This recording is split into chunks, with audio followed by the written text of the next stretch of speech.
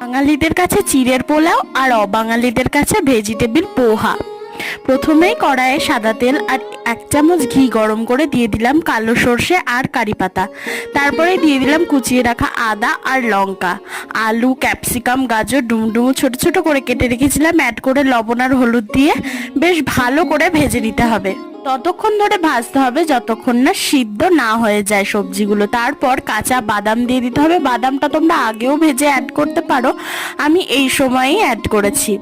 ভালো করে ভেজে যাওয়ার পর তারপরে দিয়ে দিলাম চিড়ে। এখানে 1বার 2বার ধুয়ে আমি একটা ফুটো গামলা বা থালাতে একটু ঝরঝরে করে জলটা শুকিয়ে নিলে এরকম ঝরঝরে হয়ে যাবে। ভালো করে নেড়ে চেড়ে দিয়ে দেবো স্বাদ পরিমাণ চিনি দিয়ে ভালো করে নেড়ে চেড়ে ভালো করে ভেজে নিতে হবে। ভেজে নিলেই তোমাদের রেডি চিড়ের পোলাও। নিরামিষ দিনের ব্রেকফাস্ট কিন্তু জমে যাবে। ভিডিও ভালো লাগলে অবশ্যই লাইক, কমেন্ট, শেয়ার করে দিও।